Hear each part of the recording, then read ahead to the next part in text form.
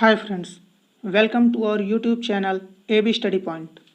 दोस्तों, आज हम हिंदी के प्रश्नों को हल करेंगे जो कि आपकी आगामी परीक्षाओं की दृष्टि से अत्यंत ही महत्वपूर्ण है। तो चलिए हम शुरू करते हैं अपने इस वीडियो को। ये रहा आपका पहला प्रश्न। निम्न में अंतस्थ व्यंजन कौन सा है? 4 ऑप्शन आपकी स्क्रीन पर हैं। बताइए सही उत्तर कौन सा है। दोस्तों, अंतस्थ व्यंजन 4 होते हैं, या, रा, ला और वा। इसलिए हमारा ऑप्शन सी वा सही होगा। चलिए चलते हैं अपने नेक्स्ट क्वेश्चन पर। निम्न में अल्पप्राण व्यंजन कौन सा है? 4 ऑप्शन आपकी स्क्रीन पर हैं। बताइए। दोस्तों, हिंदी के जो स्पर्श व्यंजन के 5 वर्ग होते हैं, उसके पहले, तीसरे और 5वें वर्ण जो है अल्पप्राण व्यंजन होते हैं। इसलिए हमारा ऑप्शन बी ग सही उत्तर होगा। चलिए चलते हैं अपने नेक्स्ट क्वेश्चन पर। निम्न में घोष वर्ण कौन सा है? 4 ऑप्शन आपकी स्क्रीन पर हैं। बताइए। दोस्तों, घोष और सघोष एक ही बात है। इसके लिए भी जो हमारे स्पर्श व्यंजन होते हैं, उसके पहले और दूसरे वर्ण जो हैं अघोष व्यंजन होते हैं, और बाकी तीनों यानी तीसरा, चौथा और 5वां सघोष व्यंजन होता है। इसलिए यहाँ हमारा उत्तर ए जा सही होगा। चलिए चलते हैं अपने नेक्स्ट क्वेश्चन पर। निम्न में ओष्ठ वर्ण कौन सा है? 4 ऑप्शन आपकी स्क्रीन पर हैं। बताइए। दोस्तों, ऑप्शन डी उ ओष्ठ व्यंजन है। ओष्ठ व्यंजन वे होते हैं जिनको बोलने के लिए ओष्ठ की आवश्यकता पड़ती है। माफ़ कीजिएगा, ओष्ठ वर्ण है। चलिए चलते हैं अपने नेक्स्ट क्वेश्चन पर। निम्न में योग रूढ़ शब्द है। 4 ऑप्शन आपकी स्क्रीन पर हैं। बताइए। दोस्तों, रचना के आधार पर शब्द 3 प्रकार के होते हैं: रूढ़ शब्द, यौगिक शब्द तथा योग रूढ़ शब्द। योग रूढ़ शब्द वे शब्द होते हैं जो 2 शब्दों के मेल से बनते हैं, परंतु मिलने के बाद वे सामान्य से भिन्न अलग अर्थ प्रकट करते हैं। इसलिए हमारा ऑप्शन बी जलज सही होगा। यहाँ पर जल तथा जा के मेल से जो शब्द बना है उसका एक विशेष अर्थ है कमल। इसलिए हमारा ऑप्शन बी सही है। चलिए चलते हैं अपने नेक्स्ट क्वेश्चन पर। ये रहा अगला क्वेश्चन आपकी स्क्रीन पर। महोत्सव का संधि विच्छेद क्या होगा? बताइए दोस्तों, महोत्सव का संधि विच्छेद क्या होगा? 4 ऑप्शन आपकी स्क्रीन पर हैं। बताइए।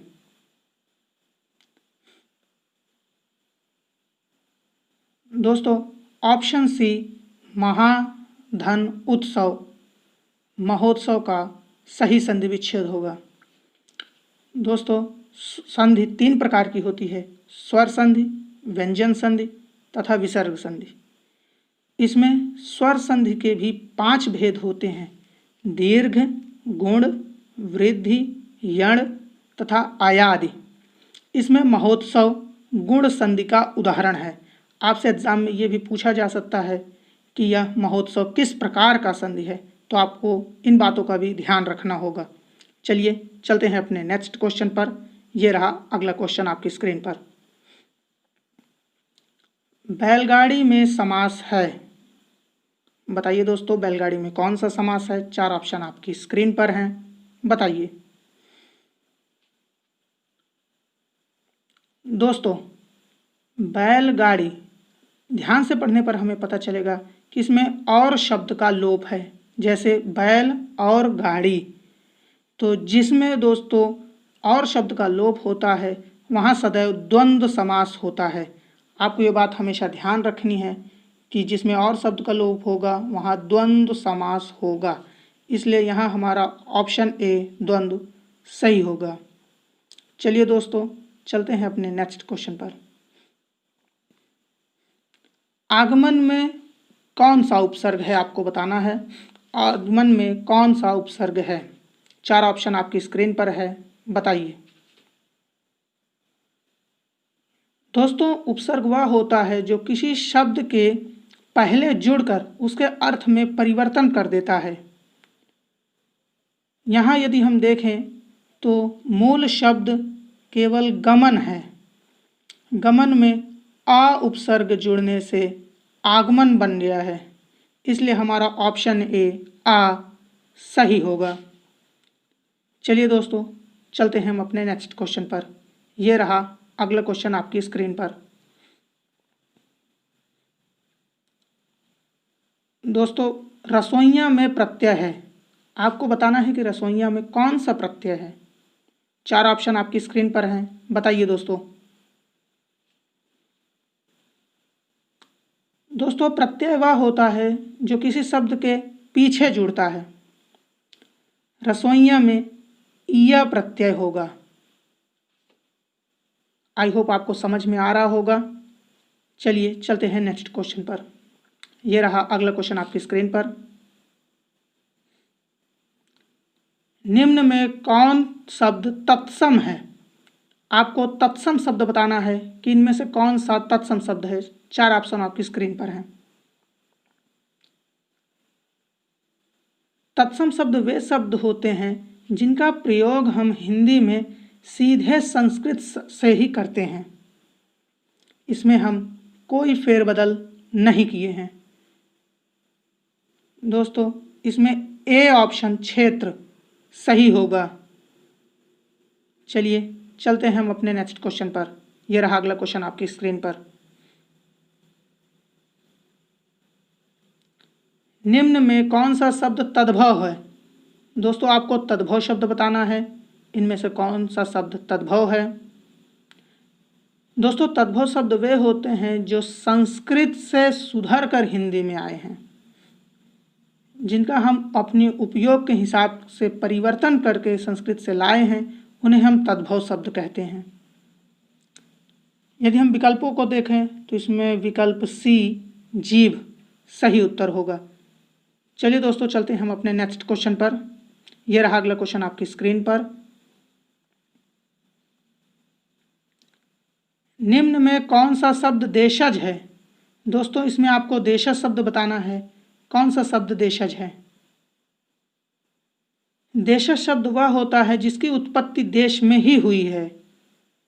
उत्पत्ति की दृष्टि से शब्द 5 प्रकार के होते हैं: तत्सम, तद्भव, देशज, विदेशज तथा संकर शब्द। आपने तत्सम तद्भव अभी पिछले प्रश्नों में ही मुझसे पढ़ा। यहाँ हम आपको देशज शब्द बताएंगे। देशज शब्द की उत्पत्ति देश में ही होती है। यह आम बोलचाल की भाषा में भी प्रयोग किए जाते हैं, इसलिए ऑप्शन डी कटोरा सही उत्तर होगा। चलिए दोस्तों चलते हैं हम अपने नेक्स्ट क्वेश्चन पर। यह रहा अगला क्वेश्चन आपकी स्क्रीन पर। निम्न में कौन सा शब्द विदेशी है? यहाँ पर दोस्तों आपको विदेशज शब्द ही पूछा जा रहा है। 4 विकल्प आपकी स्क्रीन पर हैं, आपको बताना है कि सही उत्तर कौन सा है। दोस्तों इसमें सही उत्तर ऑप्शन ए टिकट है। टिकट एक विदेशज शब्द है। चलिए दोस्तों चलते हैं हम अपने नेक्स्ट क्वेश्चन पर। यह रहा अगला क्वेश्चन आपकी स्क्रीन पर। निम्न में संज्ञा शब्द है। आपको यहाँ पर संज्ञा शब्द बताना है दोस्तों। 4 ऑप्शन आपकी स्क्रीन पर हैं, बताइए। दोस्तों इसमें विकल्प सी सभा, यह एक संज्ञा शब्द है। दोस्तों संज्ञा का विभाजन हम 3 प्रकार से करते हैं: व्यक्तिवाचक संज्ञा, जातिवाचक संज्ञा तथा भाववाचक संज्ञा। इसमें सभा एक जातिवाचक संज्ञा का उदाहरण है। चलिए दोस्तों चलते हैं अपने नेक्स्ट क्वेश्चन पर। ये रहा अगला क्वेश्चन आपकी स्क्रीन पर। निम्न में सर्वनाम शब्द है। हाँ दोस्तों, आपको बताना है इसमें सर्वनाम शब्द कौन सा है। बताइए दोस्तों, 4 विकल्प आपकी स्क्रीन पर हैं। दोस्तों, सर्वनाम शब्द वे होते हैं जो संज्ञा के स्थान पर प्रयुक्त होते हैं। इसमें यदि हम विकल्प डी को देखें, कौन, यह एक सर्वनाम शब्द है और सर्वनाम में भी यह एक प्रश्नवाचक सर्वनाम है। चलिए दोस्तों, चलते हम अपने नेक्स्ट क्वेश्चन पर। यह रहा अगला क्वेश्चन आपकी स्क्रीन पर। निम्न में विशेषण शब्द है। आपको इसमें विशेषण शब्द बताना है। 4 ऑप्शन आपकी स्क्रीन पर हैं। बताइए दोस्तों, कौन सा विशेषण शब्द है।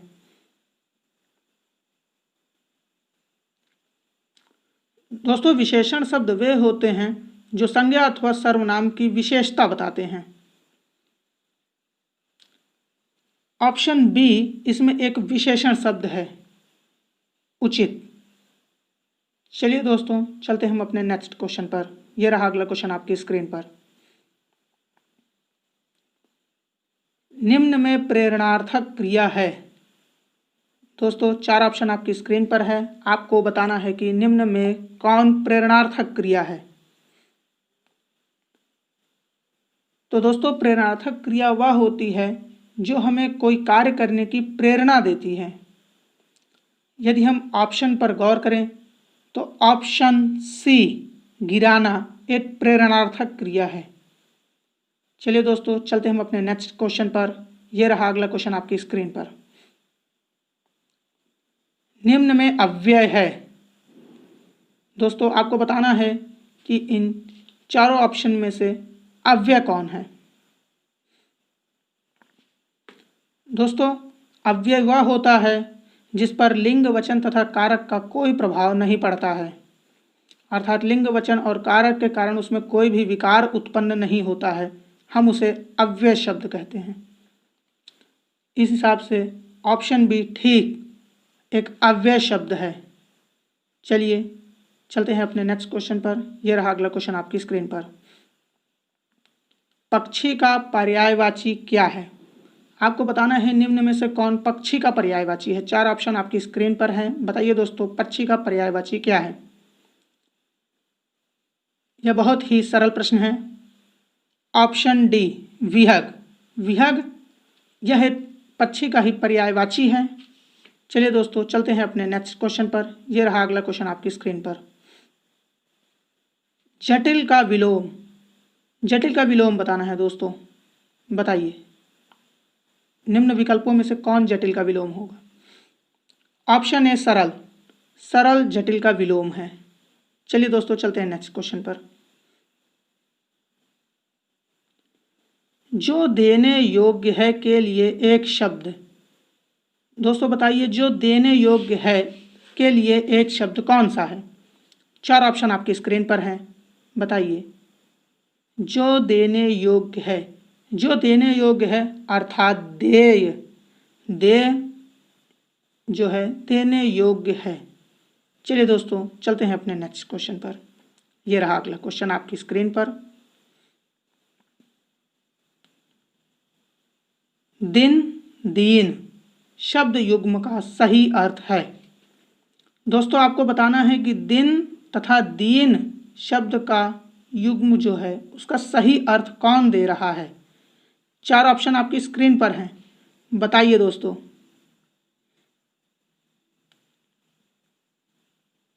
देखिए दोस्तों, दिन का अर्थ दिवस तथा दीन का अर्थ गरीब होगा, इसलिए हमारा ऑप्शन ए सही विकल्प है। आई होप आपको सब समझ में आ रहा है दोस्तों। चलिए हम चलते हैं अपने नेक्स्ट क्वेश्चन पर। यह रहा अगला क्वेश्चन आपकी स्क्रीन पर। निम्न में कौन सा शब्द अनेकार्थक है। दोस्तों, आपको बताना है कि चारों विकल्पों में से ऐसा कौन सा शब्द है जो अनेक अर्थों को प्रकट करता है। अनेकार्थक शब्द का अर्थ होता है दोस्तों जो अनेक अर्थों को प्रकट करे। बताइए दोस्तों, कौन सा विकल्प सही होगा। यदि हम ऑप्शंस को देखें दोस्तों तो ऑप्शन सी अंबर, यह एक अनेकार्थक शब्द है। अनेकार्थक शब्द का अर्थ होता है जो अनेक अर्थ प्रकट करे। वैसे देखें दोस्तों तो अंबर का अर्थ आकाश होता है, किंतु अंबर का अर्थ वस्त्र भी होता है, इसलिए यह एक अनेकार्थक शब्द है, जबकि अन्य विकल्प में ऐसा कुछ भी नहीं है। तो चलिए दोस्तों चलते हैं हम अपने नेक्स्ट क्वेश्चन पर। यह रहा अगला क्वेश्चन आपकी स्क्रीन पर। निम्न में वर्तनी की दृष्टि से शुद्ध शब्द है। वर्तनी की दृष्टि से आपको शुद्ध शब्द बताना है, कौन सा शुद्ध है बताइए दोस्तों। इस प्रकार के प्रश्न BEd entrance exam, lower PCS, video, लेखपाल परीक्षा इत्यादि प्रश्नों का जो है संग्रह इन परीक्षाओं में किया जाता है, इसलिए आपको ऐसे प्रश्नों पर विशेष ध्यान देना होगा। दोस्तों वर्तनी के दृष्टि से शुद्ध शब्द परीक्षा है। चलिए दोस्तों चलते हैं हम अपने नेक्स्ट क्वेश्चन पर। निम्न वर्तनी की दृष्टि से अशुद्ध शब्द है। आपको यहाँ अशुद्ध शब्द पूछा गया है दोस्तों। पिछले प्रश्न में आपसे शुद्ध शब्द पूछा गया था, जबकि इस प्रश्न में आपसे अशुद्ध शब्द को पूछा गया है। आपको अशुद्ध शब्द बताना है दोस्तों। बताइए 4 ऑप्शन में से कौन सा शब्द अशुद्ध है। दोस्तों ऑप्शन डी प्रामाणिक एक अशुद्ध शब्द है। आई होप दोस्तों आपको सारे प्रश्न समझ आए। दोस्तों ये आपके जो 25 प्रश्नों का संग्रह है, यह आपके आगामी परीक्षाओं की दृष्टि से अत्यंत महत्वपूर्ण है। यदि आपको ये वीडियो पसंद आया दोस्तों तो लाइक करें और अपने दोस्तों और प्रतियोगी ग्रुपों में शेयर भी करें तथा हमारे चैनल को सब्सक्राइब करना ना भूलें, साथ ही बेल आइकन अवश्य दबाएं। धन्यवाद दोस्तों।